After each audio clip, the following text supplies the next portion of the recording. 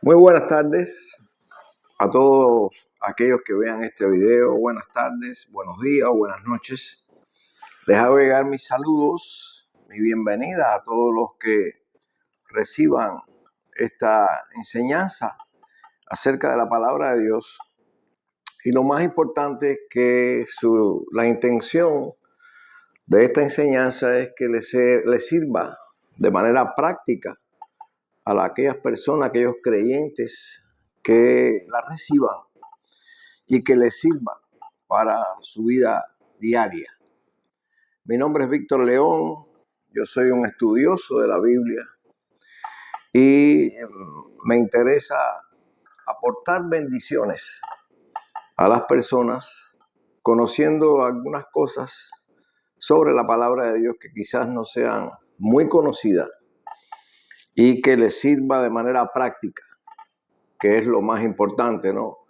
Porque las cosas que se dejan en la mente, las cosas que se quedan de manera teórica, pues no aportan mucho al beneficio de la vida de los creyentes. Lo que voy a tratar lo he titulado La Biblia como el manual de instrucciones de Dios, el manual que nos ha legado para que nosotros lo conozcamos su voluntad, conozcamos sus bendiciones y sobre todo conozcamos la gran promesa que Dios tiene para los seres humanos, que es la vida eterna, la recuperación de la vida eterna que perdieron Adán y Eva en el jardín. Los creyentes del Dios de la Biblia, el cual consideramos el creador de los cielos y la tierra, creó al ser humano, al hombre y a la mujer, en el último día de la creación, en el sexto día. Y sabemos que la constitución del ser humano está dada en tres partes. Pues el cuerpo, el cual vemos, el aliento de vida o espíritu de vida que le da vida al cuerpo, y el alma, constituida por la mente, las emociones, la voluntad y en algunos casos incluye el carácter. Entonces, como su nombre lo indica, el aliento de vida lo hace que el cuerpo viva. Dios formó a Adán de la tierra, pero Adán todavía no fue un ser viviente hasta que Dios sopló su aliento en él y entonces Adán vivió. En Génesis capítulo 2, versículo 7, leemos: Entonces Dios formó al hombre del polvo de la tierra y sopló en su nariz aliento de vida, y fue el hombre un ser viviente. Sopló en su nariz aliento de vida.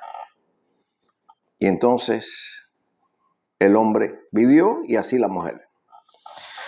Acto seguido, el Creador puso a Adán en un jardín paradisiaco, un bello jardín, hermoso, con todas las condiciones para que Adán pudiera vivir, y posteriormente la mujer que le creó a Adán de un costado, se dice que es de una costilla, prefiero decir que fue de su costado, y se la dio a Adán. O sea, ya era el complemento que Adán necesitaba, era su otra mitad, era la ayuda idónea que necesitaba Adán.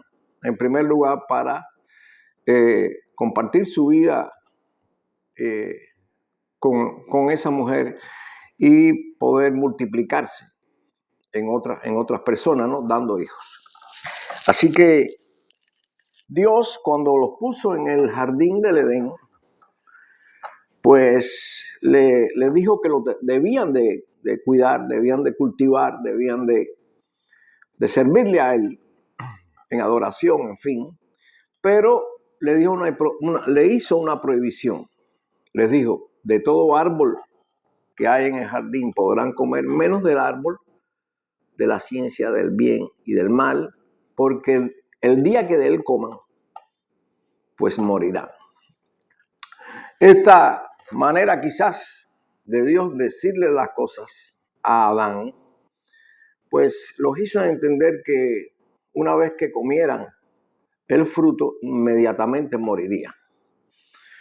En ese momento, un ser llamado Satanás, que conocemos como el diablo, pues utilizando una serpiente como cuerpo, pues se llegó a Eva, se acercó a Eva y le dijo que no moriría, que si comían del árbol no morirían, sino que serían como Dios.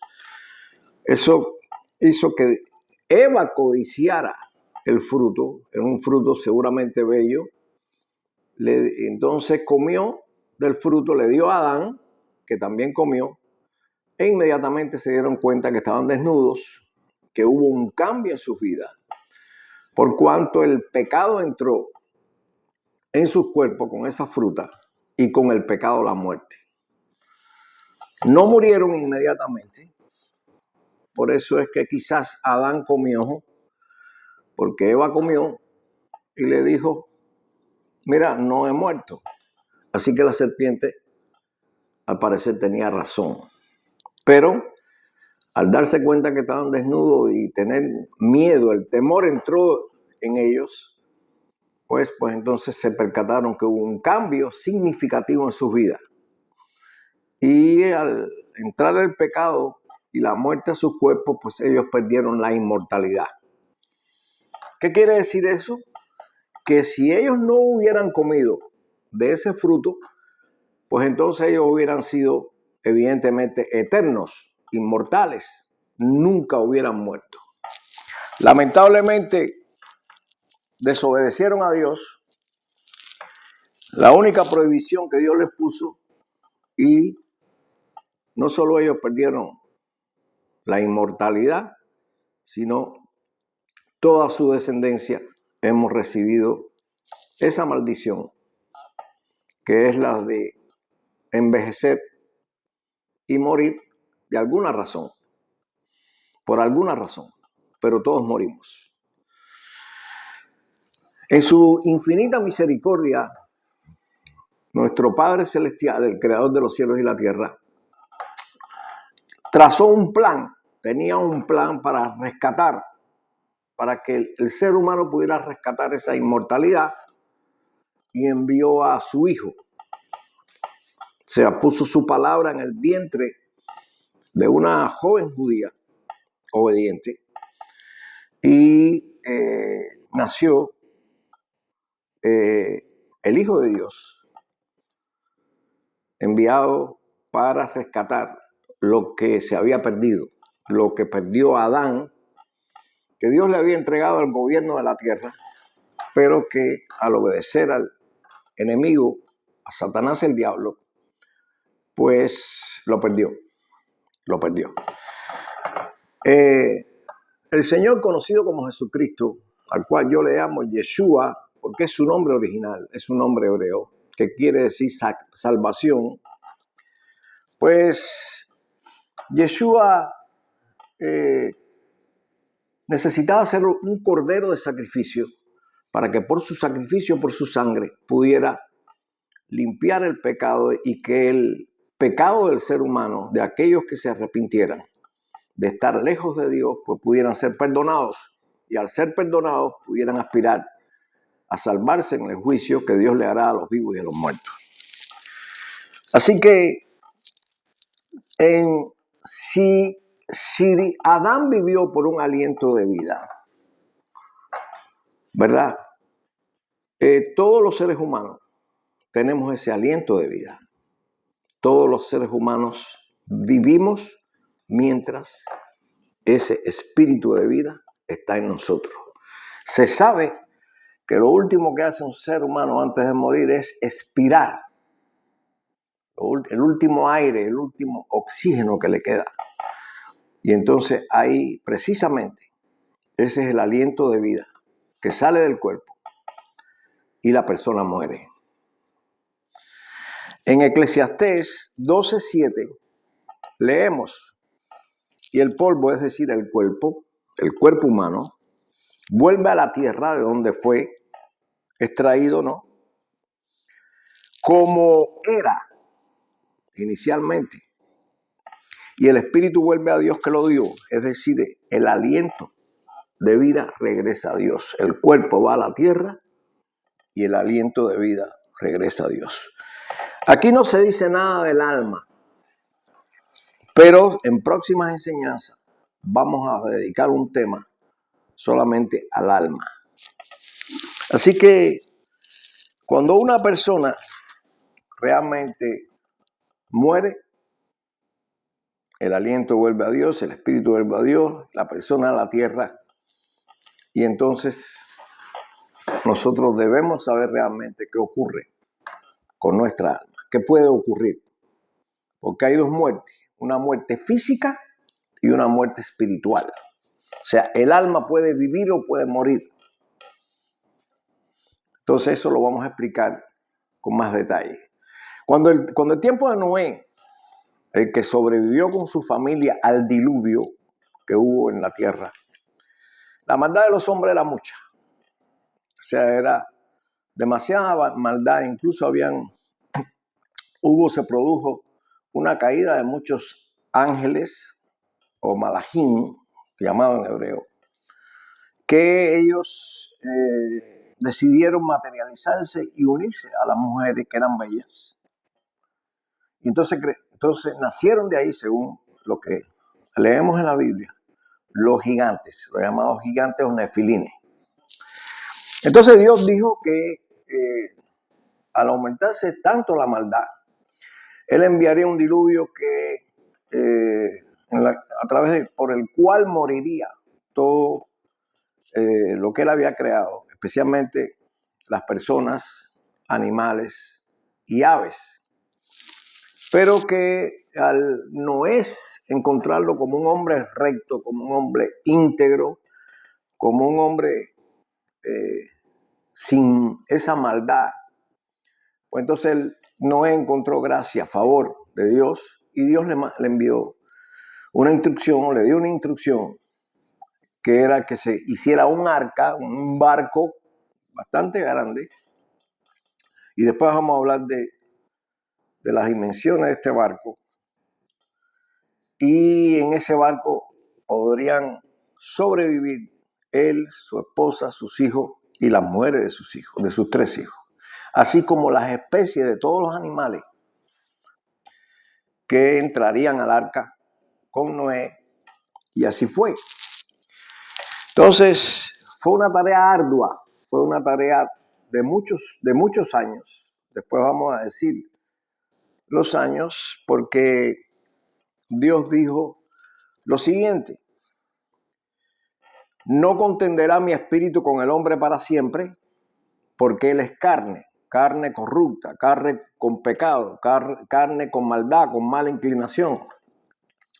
Porque ciertamente él es carne, más sus días serán 120 años. Y después vamos a explicar precisamente acerca de estos 120 años. Entonces, Noé terminó el arca, entraron en el arca. Evidentemente él estuvo hablando con muchas personas durante todo ese tiempo, que estaban, todas las personas que lo estaban viendo construir un arca. Y no había llovido. O sea, las personas dijeron, ¿para qué es ese barco? Se dirían, si aún ni siquiera ha llovido. Cuando Noé les dijo que vendría un diluvio en la tierra, no lo creyeron. Y había un rocío, lo que se creaba era un rocío para las plantas, pero verdaderamente no había llovido. Entonces, evidentemente vino el diluvio. Cuando Noé y su familia entró al arca, así como todos los animales, cerraron la puerta, se cerró la puerta, y vino el diluvio y llovió durante 40 días y 40 noches, y todo lo que estaba fuera del arca, a excepción de los peces, todo lo que estaba fuera del arca murió. Está probado que el arca existió, y sus restos han sido encontrados en los montes de Ararat, en Turquía, como lo dice la Biblia. O sea que es una prueba de que este pasaje, de que este evento que se sucedió en la tierra, el diluvio, pues existió, realmente, verdaderamente existió.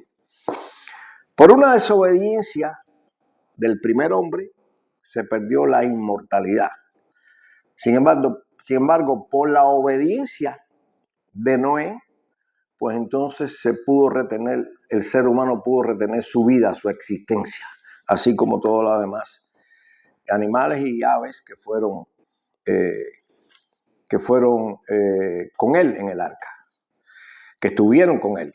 Es decir, si usted cree esto hasta aquí, si hasta aquí usted lo cree, porque probablemente si usted es un cristiano, si usted ha conocido esta historia, pues no tiene ninguna dificultad en que esto que se ha dicho hasta aquí, pues sea comprensible para usted. Pero si usted no es un estudioso, no ha sido un estudioso de la palabra de Dios, de la Biblia, pues quizás usted sea una persona que diga que cree en Dios y lleva quizás un crucifijo, una cadena con un crucifijo, quizás tenga alguna foto de esa imagen de Jesucristo que hay por ahí.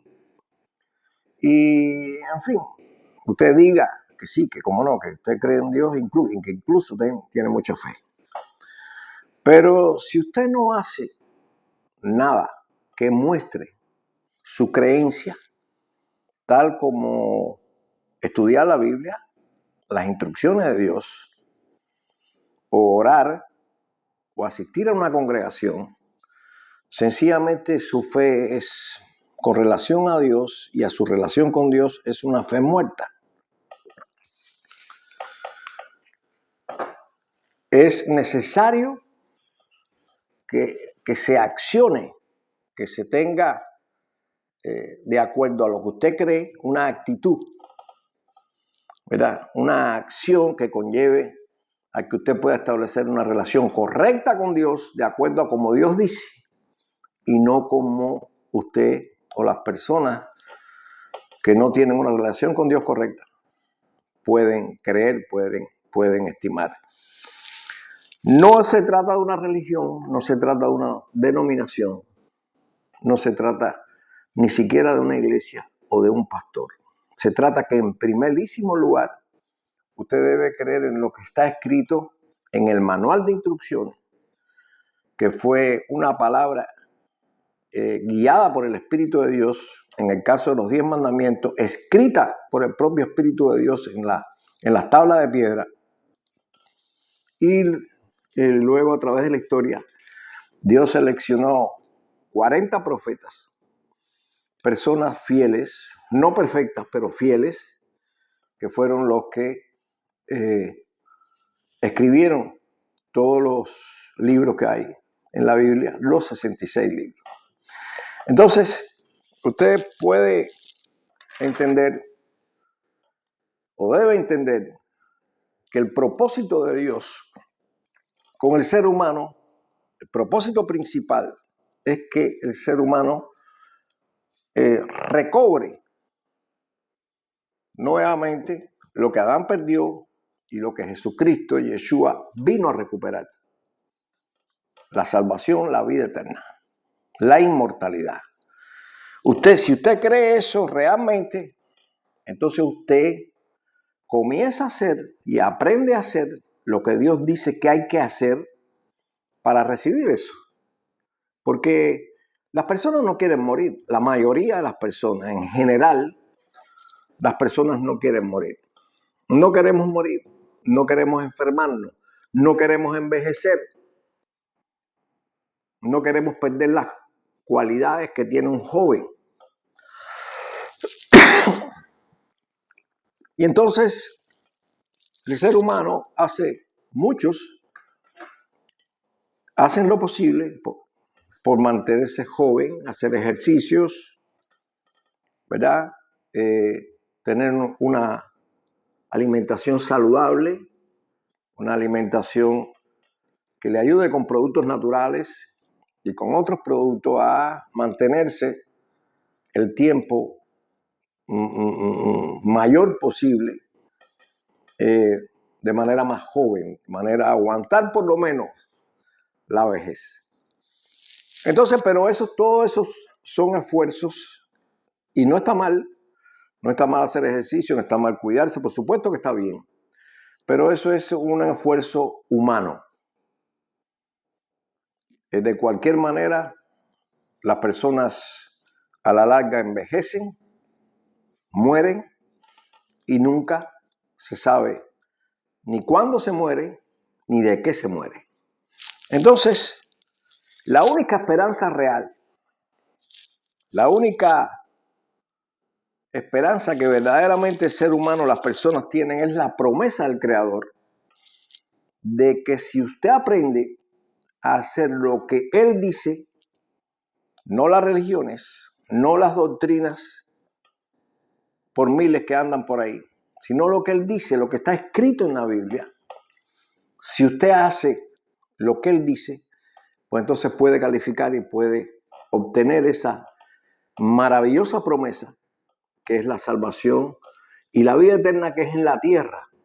Y además en una tierra nueva con un cielo nuevo, no en el cielo. El cielo es temporal, muy temporal. Entonces, usted dirá y usted se preguntará, ¿y los muertos? Bueno, los muertos resucitarán. Como resucitó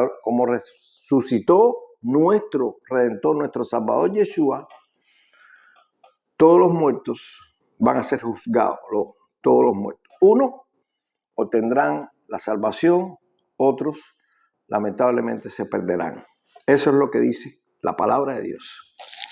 Así que usted puede ver cómo es el amor de Dios, que a pesar de la maldad del ser humano, en todos los tiempos, más en este tiempo, a pesar de eso vemos y leemos con esperanza, con fe. Y lo que dice Juan, lo que leemos en Juan 3:16, en el Evangelio de Juan, ¿qué dice? Porque de tal manera amó Dios al mundo que dio a su Hijo unigénito, para que todo aquel que en Él cree, en Yeshua, en Jesucristo, en Yeshua, no se pierda, mas tenga vida eterna. O sea, eso es lo que Dios dice. La salvación no puede ser a la manera de nadie, ni de ninguna religión que Dios no creó, no mandó a crear ninguna, ni de ninguna denominación, ni de ninguna iglesia, ni de ningún pastor. La salvación viene de Dios, a través del que vino a morir por esa razón, para recuperar lo que se había perdido, lo que Adán perdió. Entonces, es necesario creer que la palabra de Dios es la que hay que conocer, pedir perdón a nuestro Dios, al único Dios, al Dios creador de los cielos y la tierra, al Dios de la Biblia, y aceptar, recibir sus enseñanzas, sus instrucciones, para poder hacer lo que Él dice que hay que hacer, y entonces entrar en el pacto de salvación, como lo dice la palabra. En Hebreos 11:1 leemos, es pues la fe, la certeza de lo que se espera, la convicción de lo que no se ve. Este es uno de los dos componentes de la fe, porque no es solo, como ya hemos dicho, teoría o es un concepto mental solamente. Usted debe creer en primer lugar en su mente, ¿verdad?, la existencia de Dios, que lo que está escrito en la Biblia es la palabra de Dios, inspirada por su espíritu de santidad. Eso es lo primero, lo básico. Lógicamente, Pero usted debe saber que la Biblia, que la fe, la palabra fe, que en hebreo es emuná, tiene un segundo componente, que es el componente práctico. Es aquellas acciones que se deben hacer en correspondencia con lo que uno cree para recibir precisamente lo que Dios promete. Ahí mismo en Hebreo 11, pero en el versículo 8, dice, por la fe, Abraham, el fundador del pueblo de Dios, siendo llamado por Dios, obedeció y salió al lugar que Dios le había dicho sin saber a dónde iba. O sea, ¿qué hizo Abraham cuando Dios le dio la orientación? Una decisión que tenía que tomar, una decisión fuerte. Le dijo, deja a tu familia, coja a tu mujer, a tus trabajadores y vete para donde yo te voy a decir. En aquel tiempo, vivir en tribus, vivir en familia, era muy importante para la supervivencia y para la defensa de esa familia. Sin embargo, Abraham le creyó a Dios y salió sin saber a dónde iba. Entonces ahí mostró su fe. Al salir, al obedecer a Dios, le mostró en primer lugar a Dios que él creía en él. Entonces, es lo mismo que tiene que suceder con nosotros. Si nosotros le creemos a Dios, pues entonces debemos de hacer lo que Él dice, de la manera que Él dice, y no de la manera en que el ser humano ha acomodado su palabra para hacerla más fácil, más cómoda. La gracia que se recibe, el favor inmerecido, hacerlo bien cómodo para entonces nosotros poder hacer las cosas de la manera en que entendemos y no de la manera que Dios dice. Es Dios el que dice, Él es el dueño de la vida y Él es el que dice cómo podemos ganarnos no solo la salvación, que es lo más importante, sino las bendiciones que en este tiempo también Él da. Bendiciones como paz, seguridad, sanidad, provisión, protección. Son bendiciones que Dios da, ¿verdad? Entonces, es necesario que la fe, para que sea viva, para que sea eficaz, debe de accionar, ¿verdad? Debe de accionar. Tenemos que necesariamente, pues, pasar a la acción. En el libro de Santiago, que su nombre es Jacob, o Jacob, que lo cambiaron, como muchas cosas, en su capítulo 2, versículo 20, del 20 al 22, leemos lo siguiente. ¿Mas quieres saber, hombre vano, que la fe sin obra es muerta? ¿No fue justificado por las obras Abraham, nuestro padre, cuando ofreció a su hijo Isaac sobre el altar? ¿No ves que la fe actuó juntamente con sus obras y que la fe se perfeccionó por las obras? O sea, no las obras que se crean los hombres para hacer lo que quieran, sino las obras que creó Dios para que anduviésemos en ella. Entonces, es necesario que entendamos los creyentes, que todos los creyentes entiendan que no se puede obtener las promesas de Dios si no se hacen las cosas como Él dice. Y es lo que debemos escudriñar, verificar y buscar siempre la verdad, sacando de nuestra información la falsa doctrina, las cosas que Dios no dijo, ni mandó hacer. O sea, es necesario para obtener lo que Dios promete, aprender a serle fiel, aprender a hacer las cosas como Él dice que hay que hacerlas. Aprender a amar a Dios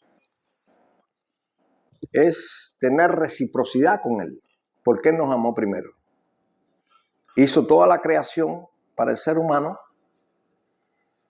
¿verdad? Después mandó a su Hijo para recuperar lo que se había perdido, la inmortalidad, la eternidad, y todo el que reciba a su Hijo, el que pida perdón, el que sea perdonado a través de su Hijo, nuestro Señor Yeshua, pues se le es enviado su Santo Espíritu como ayudador para caminar en este mundo, que es un mundo de pecado, poder caminar en este mundo guiados por su Espíritu y por su palabra.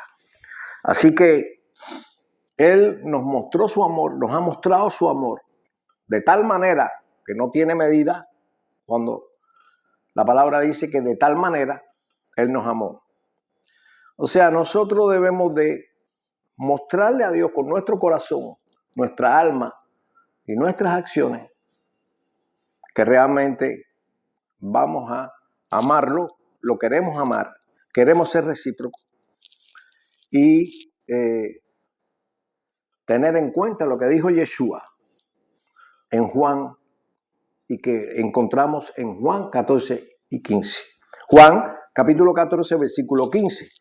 Si me ama, guarda mis mandamientos. O sea, obedece mis mandamientos. Mantén mis mandamientos en tu corazón, en tu alma y en tus acciones. Entonces la decisión es suya. Está en sus manos, verdaderamente.